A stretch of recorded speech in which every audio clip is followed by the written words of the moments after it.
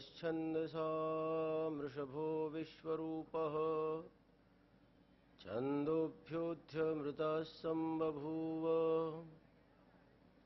समेन्द्रो मेधया स्पृणोतु अमृतस्य देवधारणो भूयासम् शरीरं मे विचर्षणं जिह्वा मे मधुमत्तमा कर्णाभ्यां भूरिविश्रुवं ब्रह्मणः कोशोऽसि मेधया पिहितः श्रुतं मे गोपाय ॐ शान्तिः शान्तिः शान्तिः।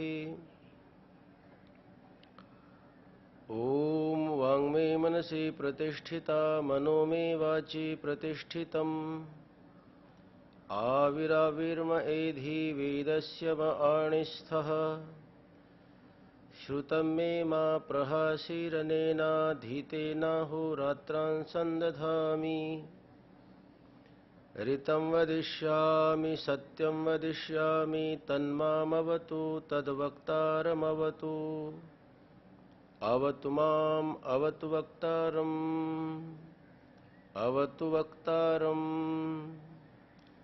ॐ शान्तिः शान्तिः शान्तिः।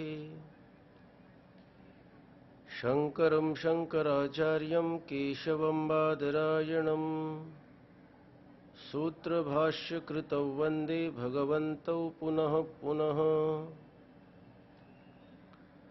ॐ शान्तिः शान्तिः शान्तिः।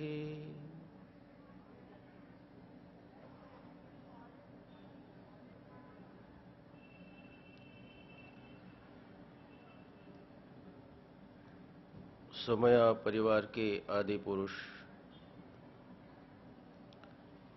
आदरणीय करमसिंह भाई सोमया जी, उनकी धर्मपत्नी साखरबेन, पवित्र मना धर्मनिष्ठ शांति भाई सोमया जी, आदरणीय आत्मस्वरूपा लीलाबेन, सोमया परिवार के सभी सदस्यगण, आत्मचिंतन करने वाले पवित्र मना श्रोताजन, साधक जन, श्रीमद् भगवद गीता के रूप में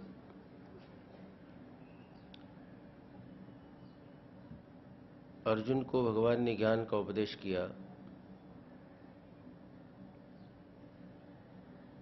अर्जुन का समर्पण हुआ। अर्जुन ने प्रश्न किया, मन की बात भगवान के सामने रखी, समस्या अपनी भगवान के सामने रखी। भगवान ने बहुत सुस्पष्ट रूप से मानवीय मन का प्रतीक समझकर, संपूर्ण मनुष्य जाति का प्रतिनिधि समझकर ज्ञान का उपदेश किया। परंतु भगवान ने अनेकों मानवीय मन की विभिन्नता,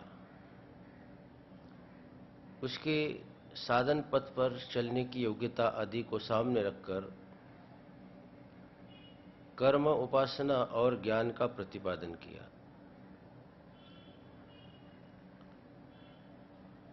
पहले अध्याय से लेकर 6वें अध्याय तक ज्ञान का प्रतिपादन, 7वें से 12 तक उपासना का प्रतिपादन और 13 से 18वें तक ज्ञान का प्रतिपादन।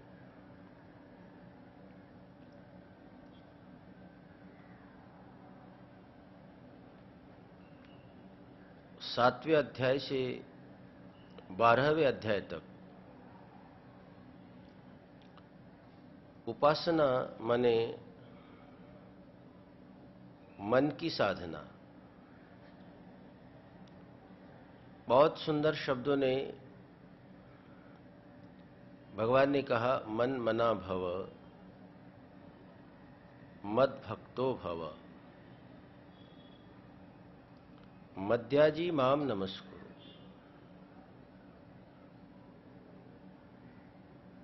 मन मना भव,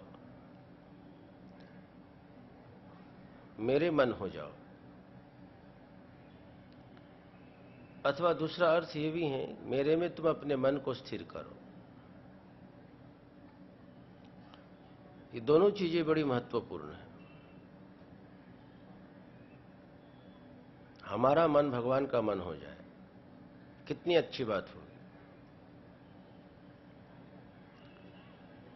हमारी बुद्धि भगवान की बुद्धि हो जाए,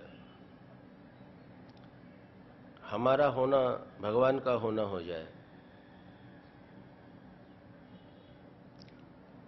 हमारा संपूर्ण अस्तित्व भगवान का एक हिस्सा बन जाए।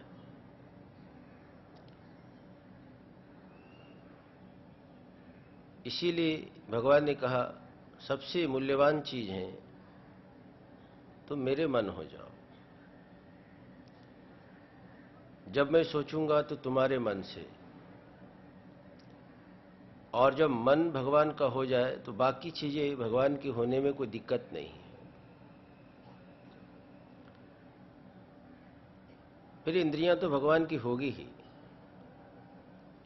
मन पहले जाता है और उसके पीछे पीछे इंद्रियां जाती हैं। हमारा मन पहले सोचता है और सोची हुई चीज, व्यक्ति, वस्तु, स्थान, अवस्था आदि की तरफ हमारी इंद्रियां बढ़ने लगती हैं। हमारा संपूर्ण जीवन मन के पीछे है। सबसे महत्वपूर्ण कोई चीज है हमारे पास तो मन, इसलिए भगवान ने कहा मेरे मन हो जाओ। और भगवान का मन होने का अर्थ यही है, जो भगवान सोच रहे हैं, जो भगवान हमें उपदेश कर रहे हैं, वो सभी उपदेश हमारे जीवन में उतर आए। जो आदेश भगवान दे रहे हैं हम उसको स्वीकार कर लें। जैसे मालिक का मन नौकर बन जाए तो मालिक को समझने के लिए फिर अलग से प्रयत्न करने की जरूरत नहीं है। नौकर का मन और मालिक का मन एक हो जाए, इशारे से बात समझ लेगा वो। मन की बात नौकर समझ लेगा।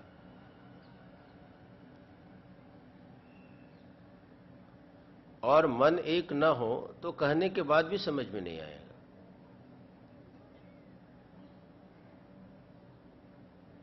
भगवान ने कहा मेरा मन हो के मेरा यजन करो। यही तो उपासना है। उप माने समीप, आसन माने स्थिति। भगवान के उपदेशों में, भगवान के नाम में, भगवान की लीलाओं में मन का स्थिर होना ही उपासना है।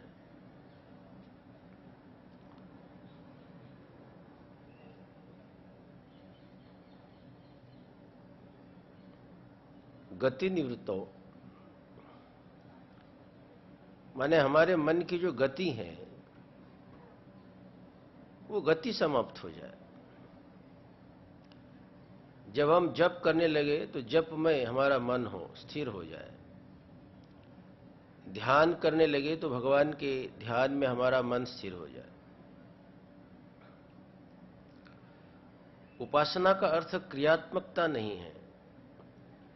उपासना का अर्थ बोधात्मकता है। यहां करना नहीं करना महत्वपूर्ण नहीं है, यहां केवल समझना महत्वपूर्ण है। हम अपने मन को भगवान में को समर्पित कैसे करेंगे? हम अपने तन को, हम अपने प्राणों को, संपूर्ण जीवन को भगवान को समर्पित करना है। तो हम समर्पित कैसे करेंगे? समर्पण हमारे जीवन में दो प्रकार का होता है, एक बोधात्मक और दूसरा क्रियात्मक। क्रियात्मक समर्पण में छोड़ना पड़ता है। जैसे आप भगवान के मंदिर में गए और एक फूल भगवान को चढ़ा दिया, आपने जल को भगवान के मंदिर में भगवान के ऊपर चढ़ा दिया, वो क्रियात्मक समर्पण है। क्रियात्मक समर्पण में जिस चीज को आप भगवान को दे रहे हैं उसको वापस नहीं ले सकते हैं।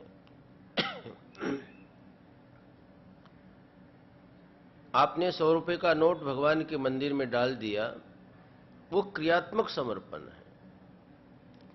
अब वो मंदिर का हिस्सा बन गया, वो 100 रुपए का नोट, उस पर आपका अधिकार नहीं रहा। एक बार देने के बाद दाता का अधिकार नहीं रहता है।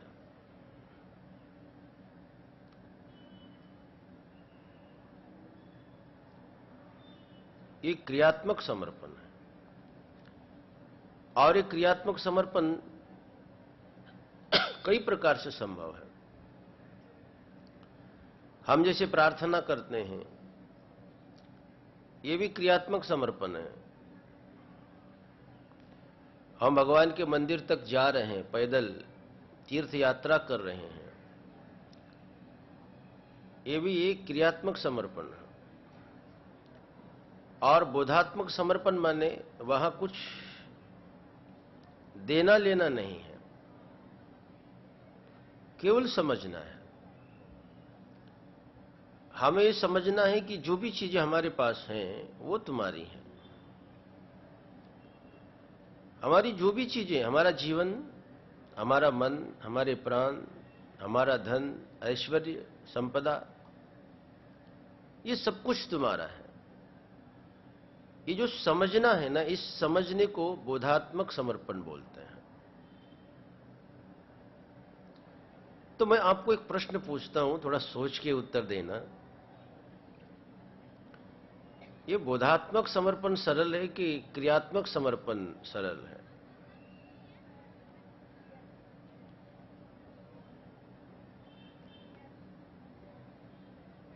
आपके सामने हमने रखा दो समर्पण, क्रियात्मक समर्पण और बोधात्मक समर्पण।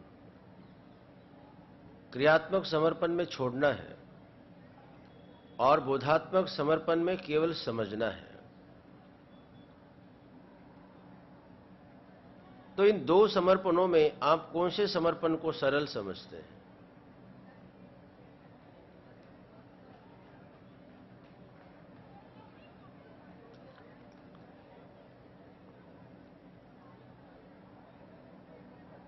क्रियात्मक समर्पण बहुत सरल है,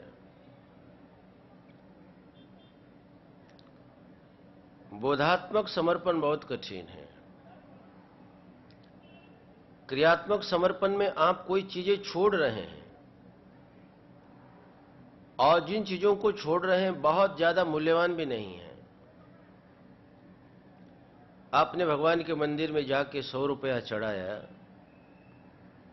कुछ आपने दान किया, भगवान को भोजन कराया, नैवेद्य भोग लगाया, तीर्थाटन किया,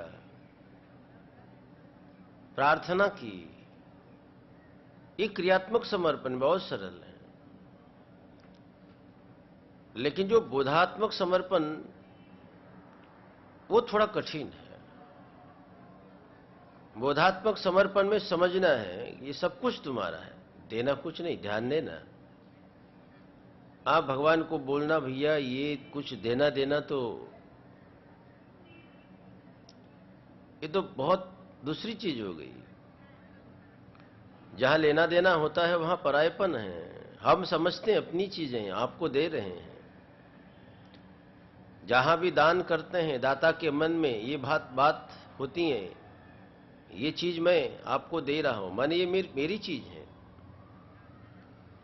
देने वाले के मन में उस वस्तु के प्रति अपनत्व होता है, अपनी समझ करके देता है। इसलिए दाता बोलता भी है कि मैंने ये किया, मैंने ये दिया। लेकिन बोधात्मक समर्पण में साधक, भगवान का भक्त समझता है कि प्रभु ये सारी चीजें तो तुम्हारी ही हैं, अब मैं कौन सी चीज उठा के तुमको दूं? लेकिन बहुत सच्चाई से समझना है लीला बहन, बहुत सच्चाई से। और एक बार आपने संपूर्ण चीजें भगवान की समझ ली, आपको कुछ नहीं करना है। फिर आपका जो अहम है वो विसर्जित होना शुरू हो जाएगा।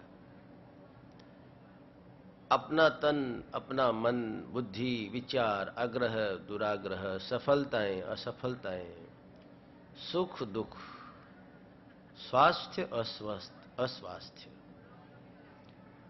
आपके पास जो भी चीजें हैं, चाहे भीतर की चाहे बाहर की, चाहे शरीर संबंधी चीजें, चाहे शरीर संबंधी रिश्तेदार आदि,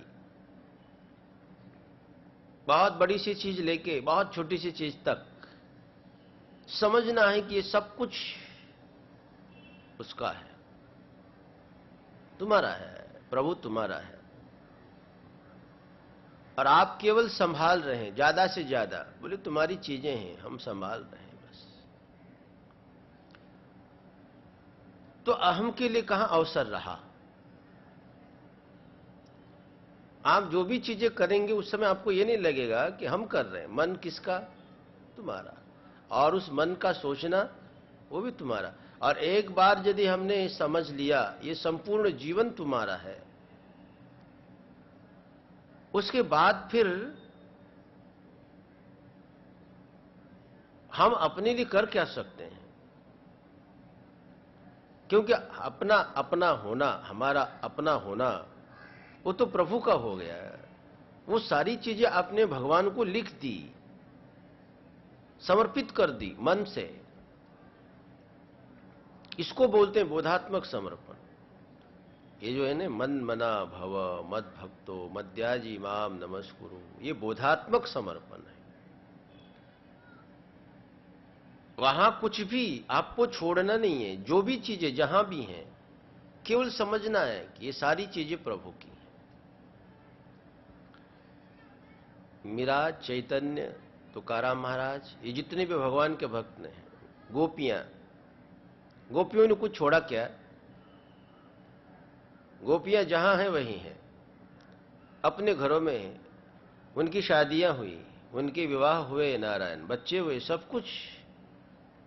लेकिन वो समझती क्या थी? बोले तू ही है, ये सारी चीजें तुम्हारी हैं, ये गोपियां भी तुम्हारी, ये सब चीजें तुम्हारी हैं। ये उपासना है।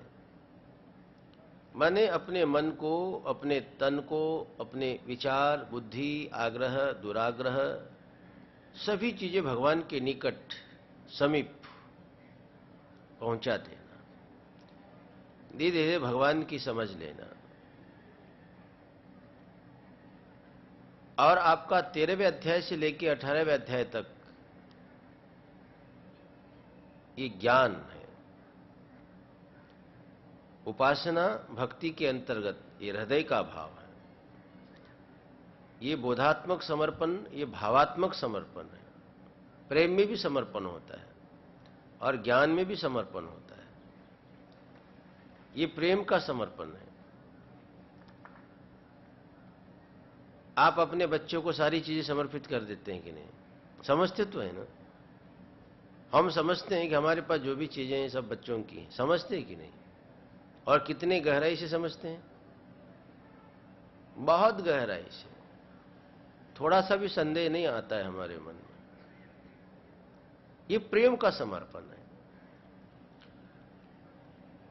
ये 90 अध्याय से 90 अध्याय तक, 12वें अध्याय तक जो समर्पण है, ये भाव का समर्पण है, भक्ति का समर्पण, प्रेम का समर्पण। और 13वें अध्याय में भगवान ने एक बात कही, अब आप थोड़ा ध्यान दे के सुनेंगे। हमारी शाह माता जी का प्रश्न भी है, साक्षी भाव। अभी ज्ञान का प्रकरण है, प्रश्न भी ज्ञान का। और आपके अंतिम जो 3 अध्याय वो भी ज्ञान के अध्याय। इदम शरीरम कौन्तेय क्षेत्रमित्यभिधीयते एतद्यो वेति तं प्राहुः क्षेत्रज्ञ इति तद्विदः। भगवान ने कहा कि शरीर क्षेत्र कहा जाता है, और इस शरीर को जो जानता है उसको क्षेत्रज्ञ कहते हैं। और ये जो क्षेत्रज्ञ हैं वो मैं हूं।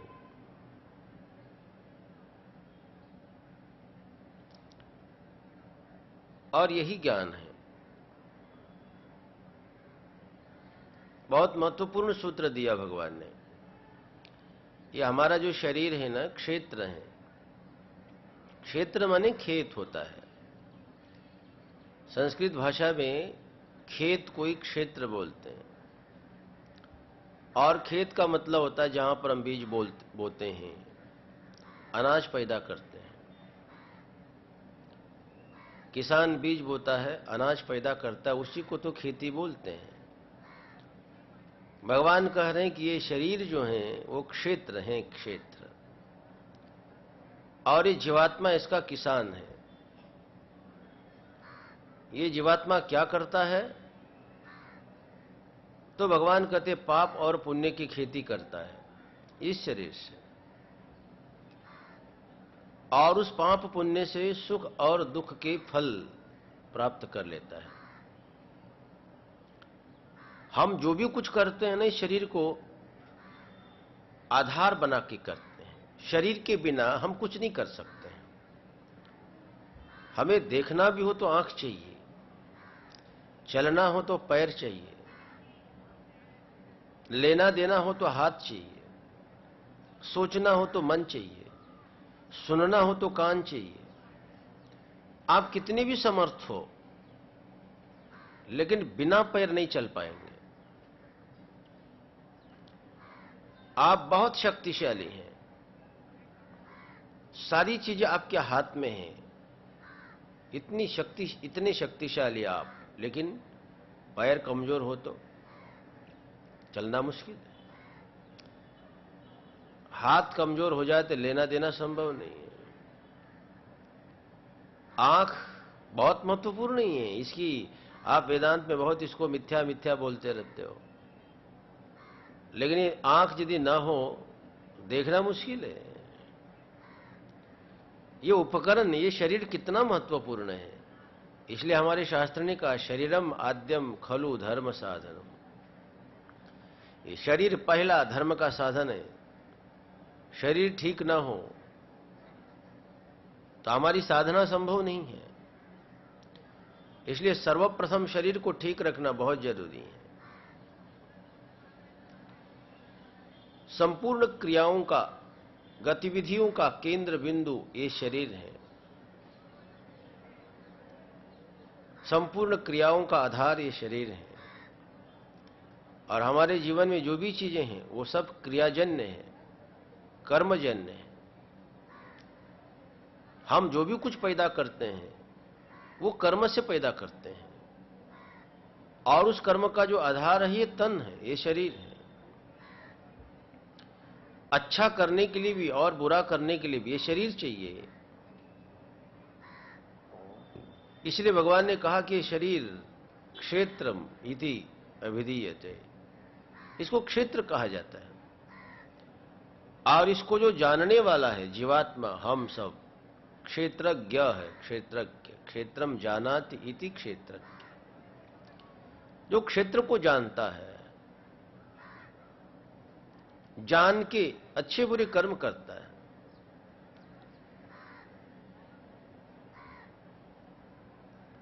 लेकिन क्या सचमुच हम शरीर को जानते हैं? यह भगवान ने बहुत गहरी बात बोली। एतद यो वेत्ति तम प्राहु क्षेत्रज्ञ। और वो क्षेत्रज्ञ मैं हूं। क्षेत्र को जानने वाला जो क्षेत्रज्ञ जीवात्मा है वो मैं हूं। हम किसी भी चीज को जानते हैं ना, तो जानते ही वो चीजें हमारे जीवन से विदा होना शुरू हो जाती हैं। बहुत सारी चीजें हमारे जीवन में नहीं जानने के कारण है, और जैसे जानने लगते हैं वो चीजें हमसे दूर होना शुरू हो जाती हैं। कई बार हम लोग बोलते भी हैं, अरे वो तो हम जानते नहीं थे, और इसीलिए वो चीजें हमारे पास थी। अब तो हम जान गए हैं।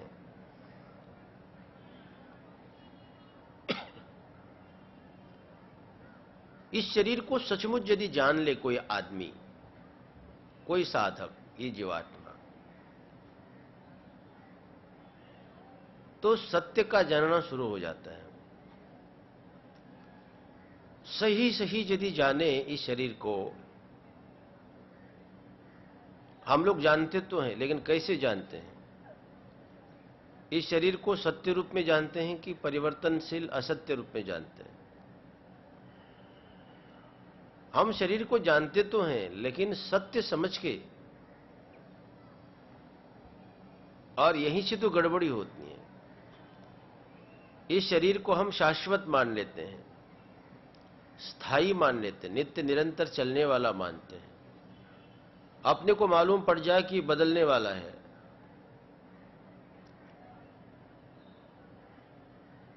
एक बड़ी सुंदर बात कही भागवत में। गोकर्ण जी महाराज जी ने अपने पिता आत्मदेव को ज्ञान का उपदेश करते हुए उन्होंने कहा कि आप चिंतन करो, क्षणभंग निष्ठम। ये संसार जो है ना, क्षणभंग निष्ठ है। बहुत गहरी बात बोली उन्होंने। क्षणभंग, क्षणभंग माने आपका अस्तित्व, शरीर का जो आप अपना अस्तित्व समझते हैं, वो अस्तित्व कितने क्षण रहता है। अब इस चीज को बहुत सूक्ष्म दृष्टि से सोचने के लिए अपने मन को एकाग्र करना। जो हमारा शरीर है, इसका अस्तित्व, इसका होना कितने समय तक के लिए है, इस चीज को हम सोचते हैं। जैसे कि मैं यहां बैठा हूं मंच पर, आपको कोई पूछे कि स्वामी जी का होना मंच पर कितने समय के लिए है, तो आप आराम से बोल सकते हैं कि 10:15 बजे तक, और उसके बाद मंच पर स्वामी जी नहीं होंगे, और आप भी नीचे बैठे हुए होंगे नहीं, आप भी चले गए होंगे। आपका होना, आपका अस्तित्व 10:15 बजे तक। उसके बाद यहां सबका अभाव हो जाएगा। हम यहां से चल चुके होंगे, हम स्थानांतरित हो चुके होंगे, हम रूपांतरित हो चुके होंगे। गोकर्ण जी महाराज जी ने कहा कि हमारा होना, अब इस शरीर का होना कब तक है, हम कब तक हैं? उन्होंने कहा क्षणभंग, क्षणभंग, एक ही क्षण। ये जो शरीर है ना, एक ही क्षण रहता है, दूसरे क्षण में नहीं रहता है।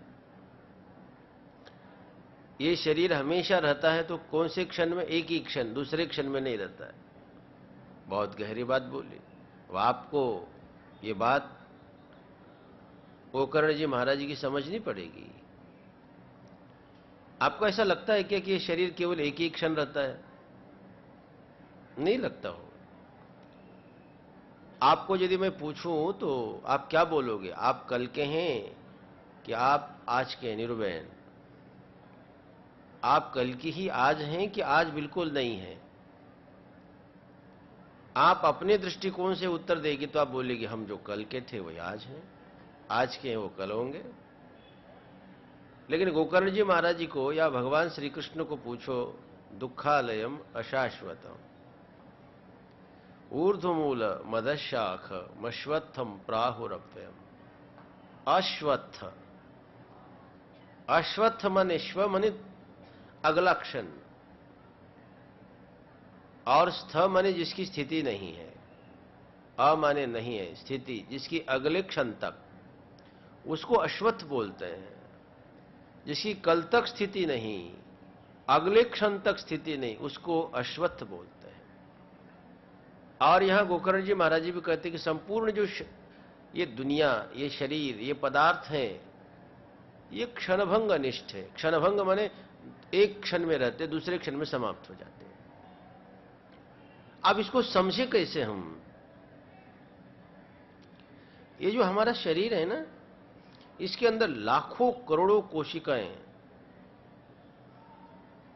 पैदा होती जा रही हैं और दूसरी तरफ से मिटती जा रही हैं।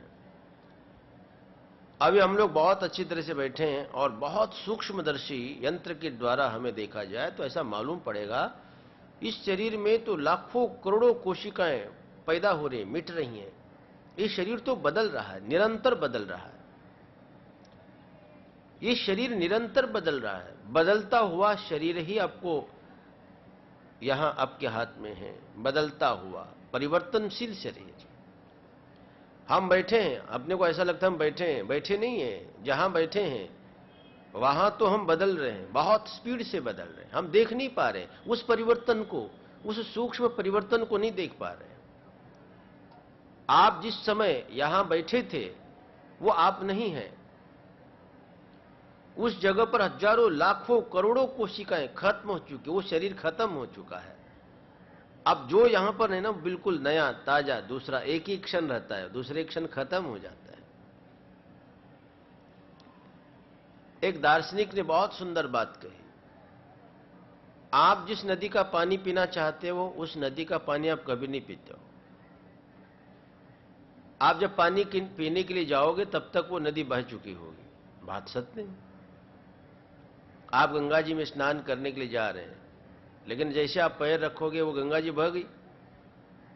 इतनी तेजी से गंगा जी बह रही हैं, आप उस नदी में कभी पानी नहीं पी पाओगे। जैसे दिया जलता है ना, अपने को ऐसा लगता है कि वही दिया है, लेकिन नहीं, वो बहुत स्पीड से एक तरफ से पैदा होता जाता है, दूसरे तरफ से वो खत्म होता जाता है। ये शरीर बहुत परिवर्तनशील है और इसीलिए नारायण पैदा होने से लेके मरने तक अनेकों रूपांतरण को प्राप्त हो जाता है। एक छोटा सा बिंदु सूक्ष्म और मां के उदर में, गर्भ में बड़ा, धीरे धीरे धीरे धीरे बड़ा, धीरे धीरे बड़ा की स्पीड से बड़ा। हमको तो लगता है बहुत धीरे धीरे बड़ा, लेकिन आप देखो अंदर झांक के, बहुत स्पीड से बड़ा है। बहुत सारी गतिविधियां हुई वहां। अपने को समझना, इसी को तो जानना बोलते हैं। शरीर को जानना अच्छी प्रकार से, और इस शरीर को जब जानेंगे ना तो शरीर से वैराग्य हो जाएगा। शरीर से वैराग्य होगा और शरीर की साक्षीता हमारे भीतर प्रकट होगी। विकारिणः का साक्षिता, साक्षिणः का विकारिता, एक सूत्र है। जब आप साक्षी हो जाएंगे तो विकारिता नहीं रहेगी। ये जो हमारे भीतर विकार आते हैं वो इसीलिए आते हैं क्योंकि हम साक्षी नहीं बनते, हम दृश्य बन जाते हैं।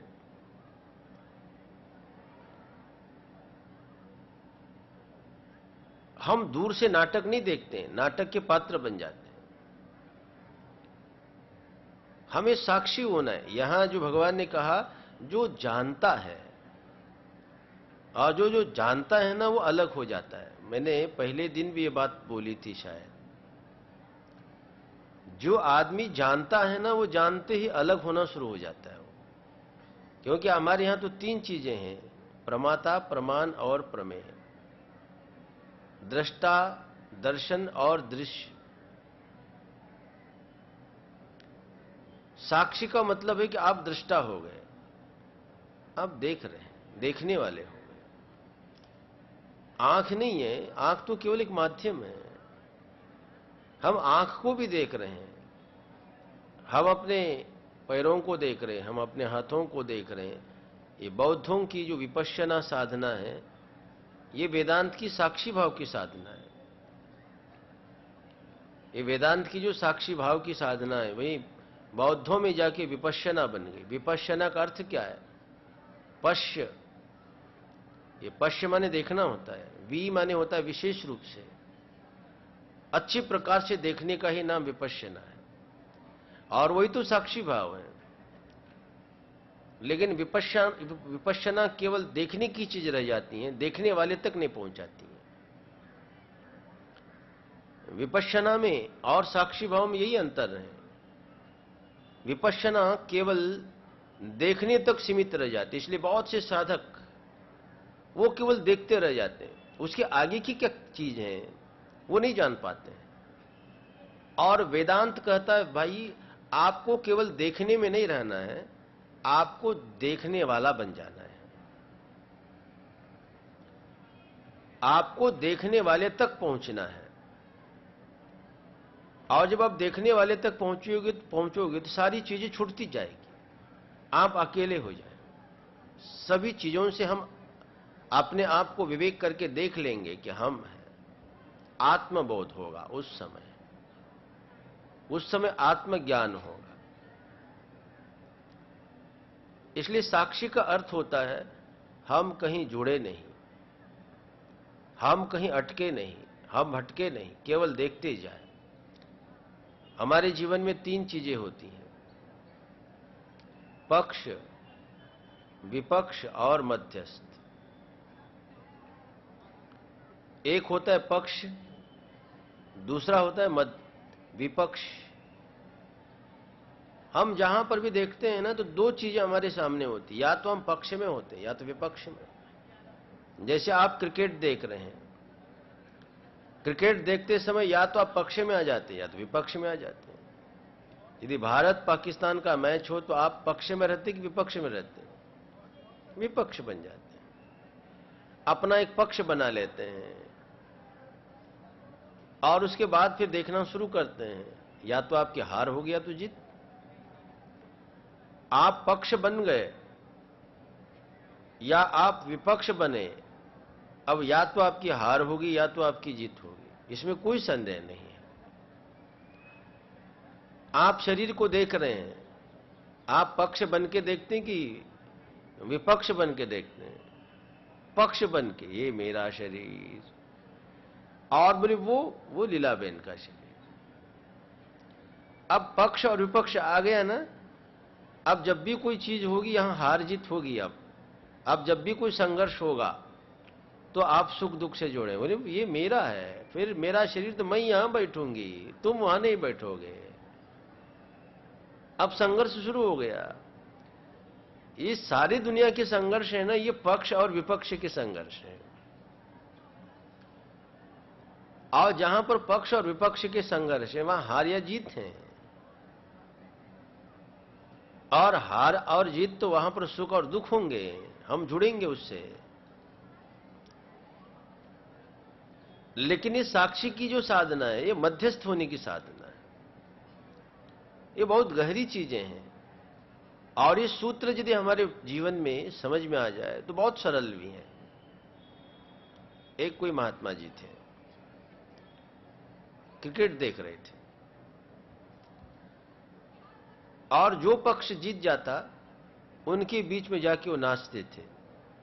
जो भी पक्ष जीतता उसी पक्ष में जाके नाचते थे, खूब आनंद मनाते थे। एक व्यक्ति था बड़ा समझदार, वो सोचने लगा कि महात्मा जी को मालूम नहीं पड़ता है कि कौन हारा और कौन जीता, इसलिए जो भी जीतता है वहीं जाके नाचते हैं, आनंद मनाते हैं। उस आदमी ने सोचा कि थोड़ा बता तो दूं हारना और जीतना क्या होता है, तो महात्मा जी ज्यादा आनंद मना पाएंगे। महात्मा जी के पास जाके वो समझाने लगा, महात्मा जी आपको मालूम नहीं पड़ता है कौन जीता क्या हारा, मैं थोड़ा समझा देता हूं, आप और आनंद मना पाओगे। हारना और जीतना क्या होता है? महात्मा जी ने बहुत गंभीर बात बोली। महात्मा जी ने कहा, मूर्ख, हमें हार और जीत से मतलब नहीं है, हमें तो केवल आनंद से मतलब है। मैं ये नहीं देखता हूं कि कौन हारा और कौन जीता, मैं ये देखता हूं कि आनंद कौन मना रहा है। आपने पक्ष और विपक्ष बना लिया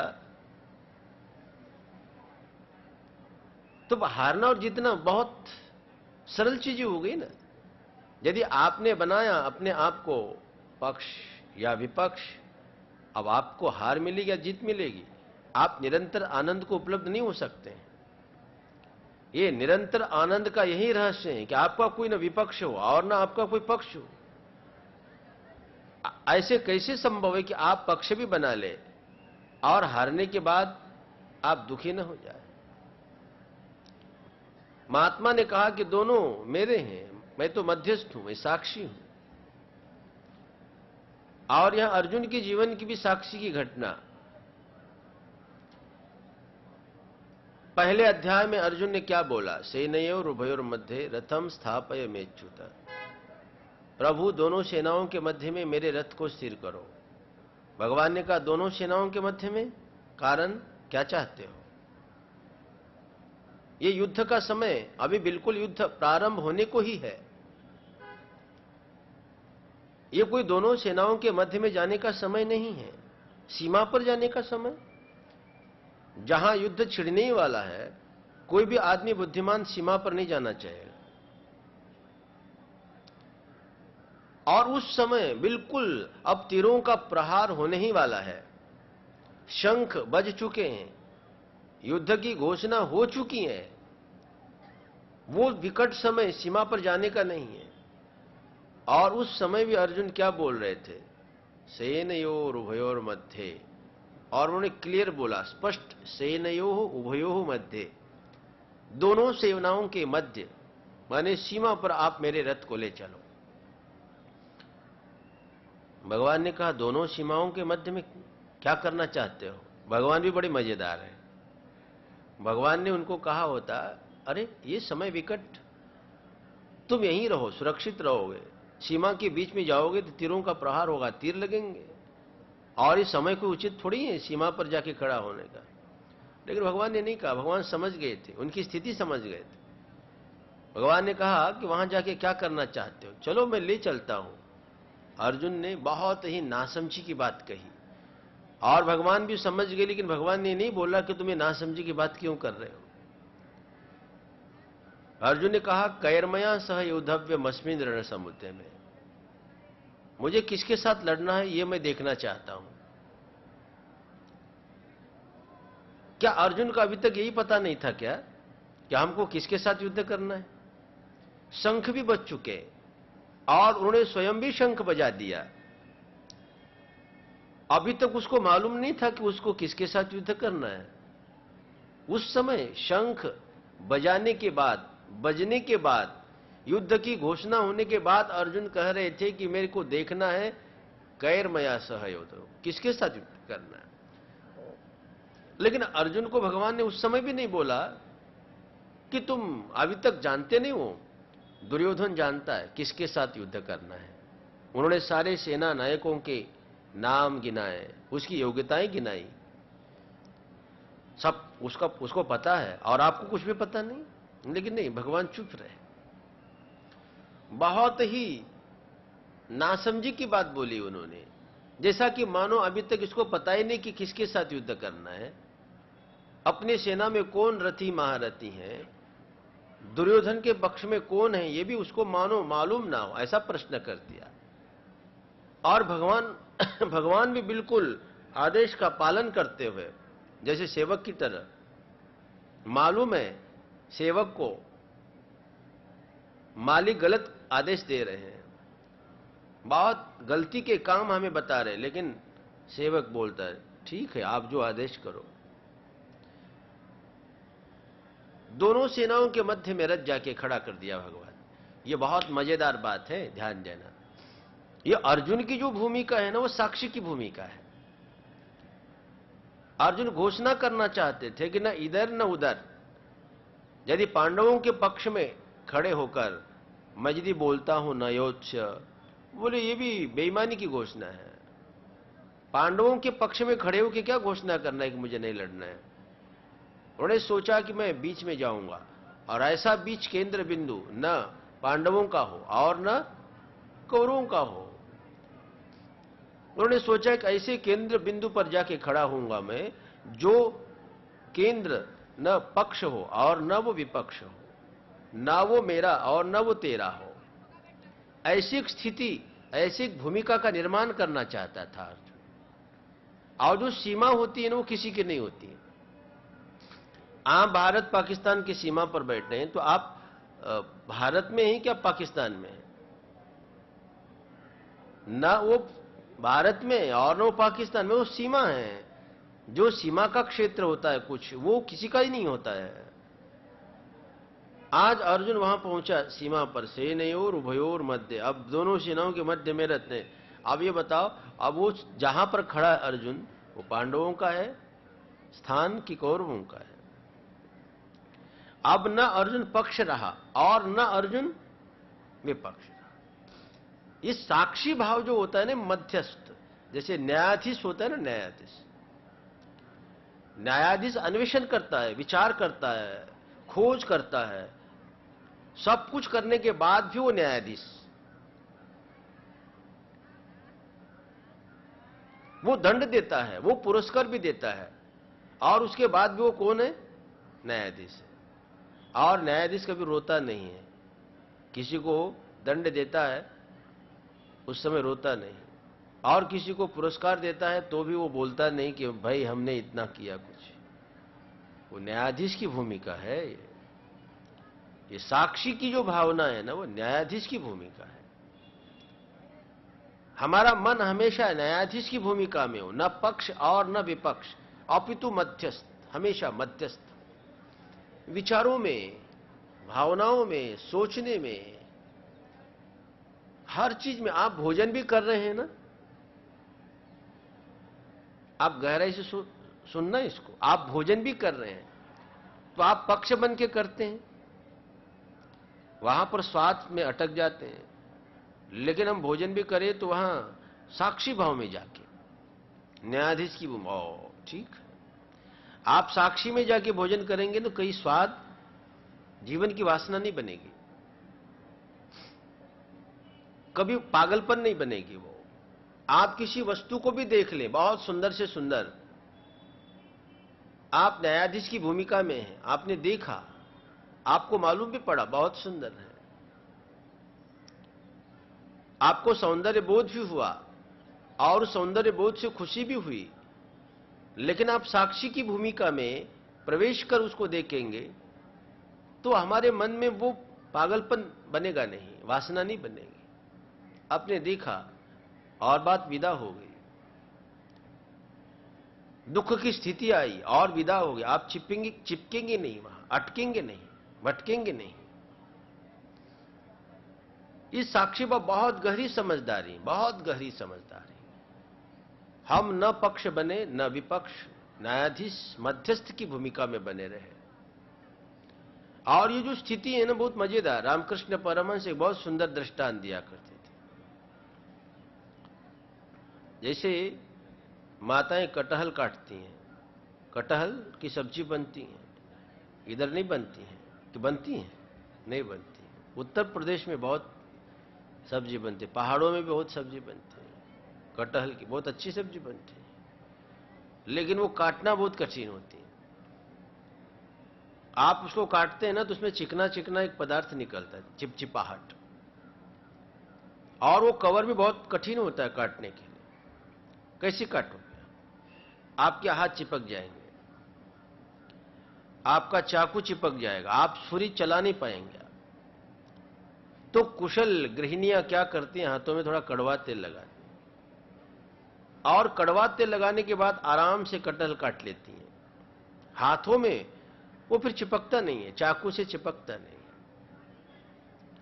रामकृष्ण परमहंस जी कहते कि दुनिया में विचरना, रहना, एक कटहल काटने से कम नहीं है। हम दुनिया में रहते रहते वहां से चिपकने लगते हैं। अरे चिपकने क्या लगते हैं, हम यहां 3, 4, 5 दिन कथा सुनने के लिए आते हैं, फिर भी हम कुर्सी से चिपक जाते हैं। मैं बहुत आश्चर्यचकित हो जाता हूं। पहले दिन जहां यहां का श्रोता बैठता है, दूसरे दिन भी वहीं आके बैठता है। अभी नीरू बहन पहले दिन जहां बैठी वहीं बैठ रही, लीला बहन जहां पहले दिन बैठी हैं 1 इंच भी इधर उधर नहीं, आके बैठ गए। हमारे गिरीश सिंह, जब भी मैं देखता हूं आंख मूंद के, जैसे यहां बैठू, मुझे मालूम है गिरीश कहां बैठा हो। अब यहां जो भी लोग बैठे हुए हैं अपने अपने नियत कुर्सी पर, और यदि मान लो कदाचित 2 दिन के बाद आपकी कुर्सी पर किसी दूसरे ने कब्जा कर लिया, आपको बहुत परेशानी होगी। आप इशारा भी कर देंगे, भैया कि मेरी कुर्सी पर आप कैसे बैठे। मेरी जगह पर आप कैसे बैठे? हम जहां पर भी बैठते हैं ना, वहां हम चिपक जाते हैं, उस स्थान के प्रति आसक्ति हो जाती है। हम एक अपना एंगल बना लेते हैं सुनने का, देखने का।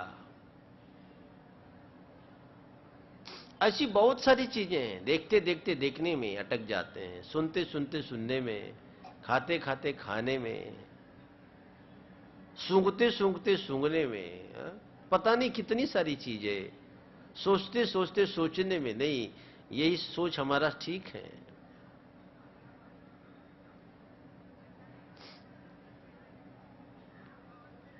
रामकृष्ण परमहंस ने कहा कोई बात नहीं। ब्रह्मा जी ने जब भगवान से प्रार्थना की, प्रभु दुनिया को बना तो लूं, लेकिन बनाते बनाते कहीं अटक न जाऊं, कहीं भटक न जाऊं, तो भगवान ने चतुसूत्री भागवत का उपदेश किया है।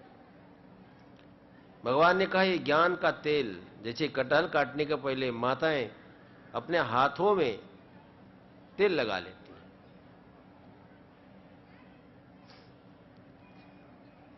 ऐसे ज्ञान, ये ज्ञान का तेल, भक्ति का तेल हमारे मन पर चढ़े, हमारा विवेक जागृत रहे, हम न्यायाधीश की भूमिका में रहे,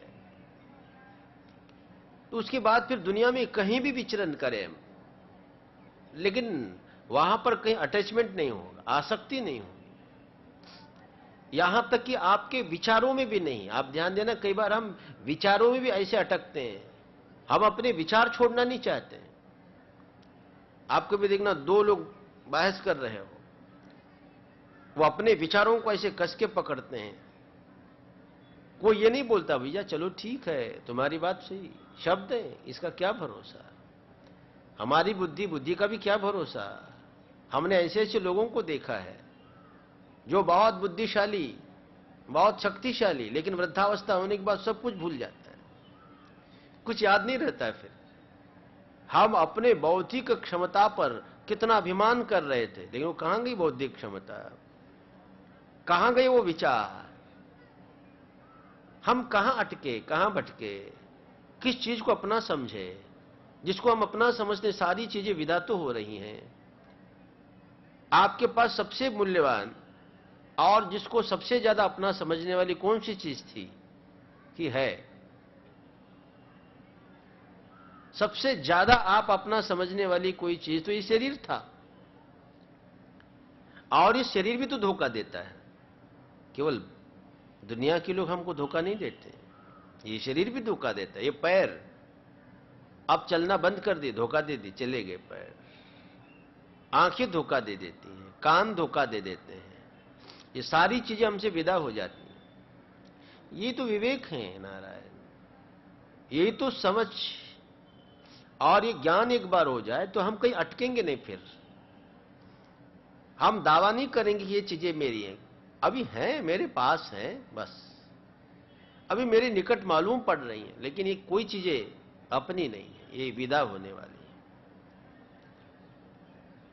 और यही चीजें हमें साक्षी में ले जाती है। ये सारी चीजें परिवर्तनशील दृश्य हैं और उसके हम दृष्टा है, साक्षी, देखने वाले। एक महात्मा की बात मेरे को बार बार याद आ रही है, मैं सुनाई देता हूं, बहुत सुंदर बात है।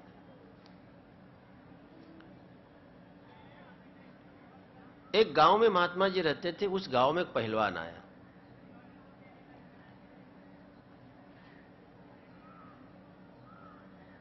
उस पहलवान ने घोषणा कर दी, दुनिया में मेरे को कोई परास्त नहीं कर सकता। उस गांव में पूरे चारों ओर आसपास भी सूचना भेजी गई, लेकिन उस पहलवान से प्रतिद्वंद्विता करने वाला कोई दूसरा पहलवान नहीं था। उस गांव के महात्मा ने भी घोषणा कर दी, भैया तुम दुनिया के बहुत बड़े पहलवान हो, लेकिन तुम मेरे को परास्त नहीं कर सकते हो, तुम मेरे को हरा नहीं सकते हो। महात्मा तो बड़े दुबले पतले, बहुत दुबले पतले भगवान भाई, और उन्हें घोषणा कर दी, उस बहुत बड़े पहलवान को स्पर्धा के लिए ललकारा। उन्होंने कहा कि तुम मेरे को परास्त नहीं कर सकते। तो पहलवान भी हैरान हो गया, दुबला पतला महात्मा। हाँ, और मैं तो एक हाथ से इनको गिरा दूं, हरा दूं, और ये कहते कि इनको परास्त, दुनिया में कोई ताकत ऐसी नहीं जो परास्त कर सके। और उस महात्मा ने कहा तो मेरी चुनौती ले लेना, स्वीकार कर लेना, नहीं तो लिख देना कि मैं हार गया हूं। मजबूरी में उस पहलवान ने स्वीकार कर लिया महात्मा की चुनौती। हजारों लोग एकत्रित हो गए। आज कोई महात्मा एक बहुत बड़े पहलवान के साथ लड़ने वाले हैं। हजारों लोग चारों ओर घेर कर खड़े हो गए।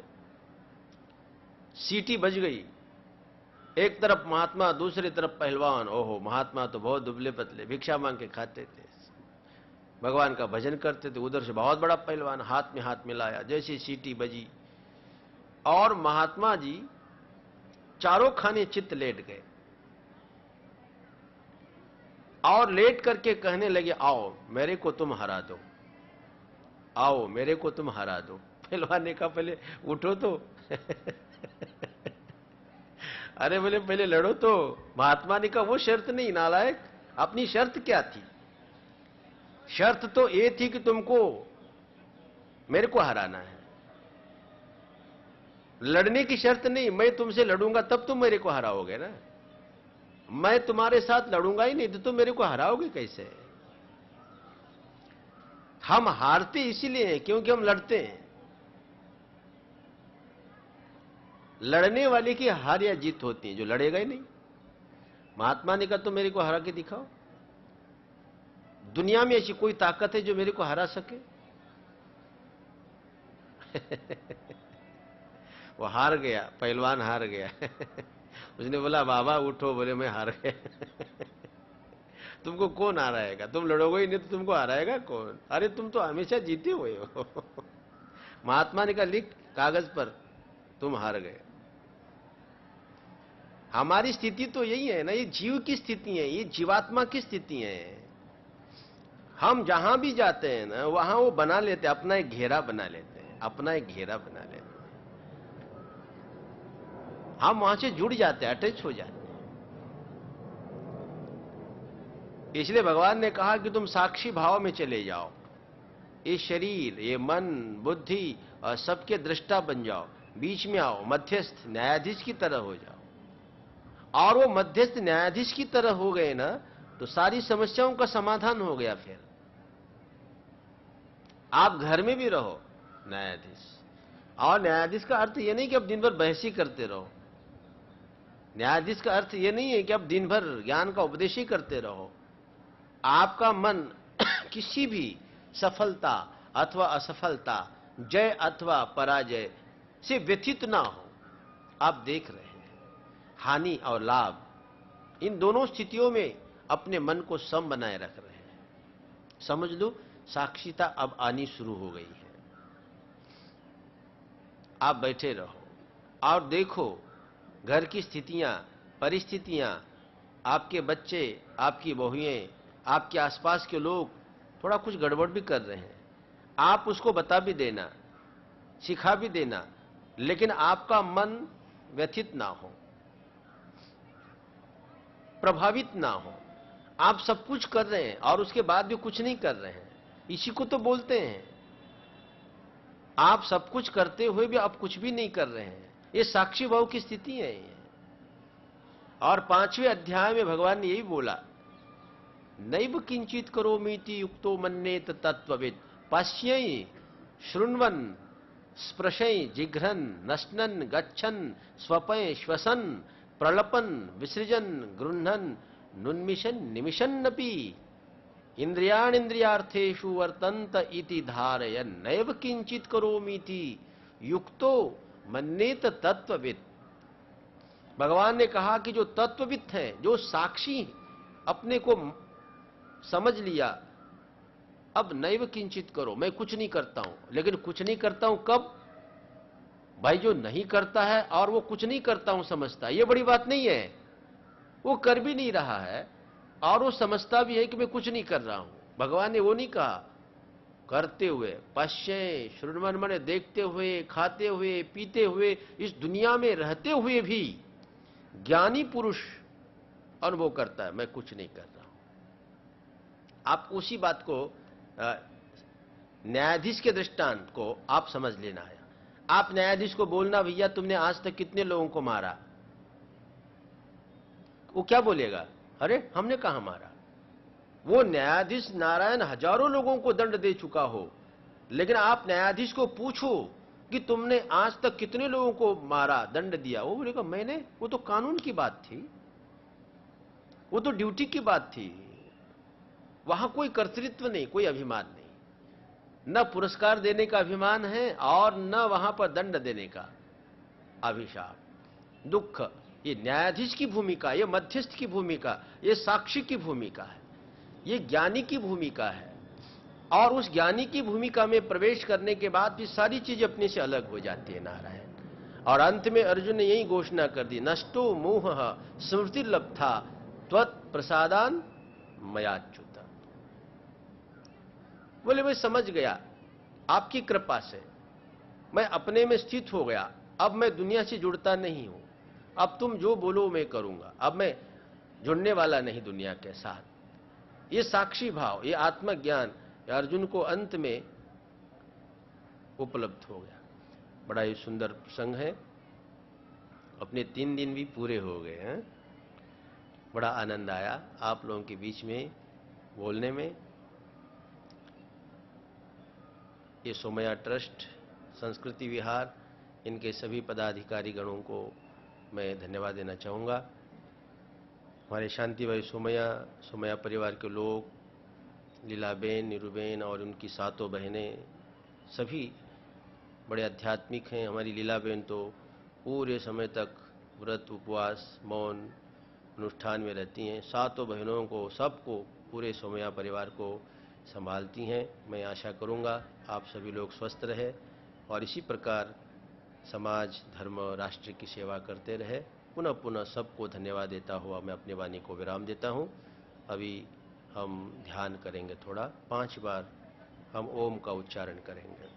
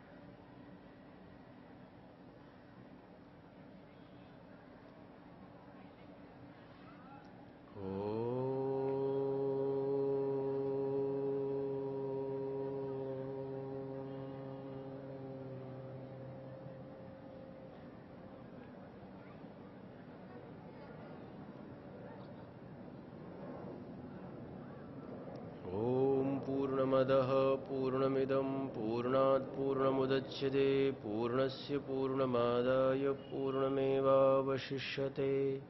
ओम शांति शांति शांति।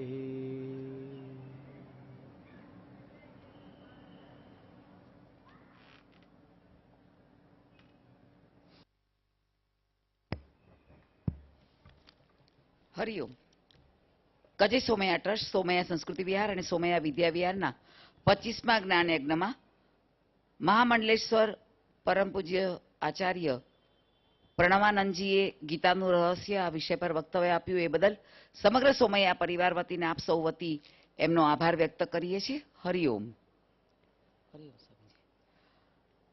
ખાસ આભાર એટલા માટે કે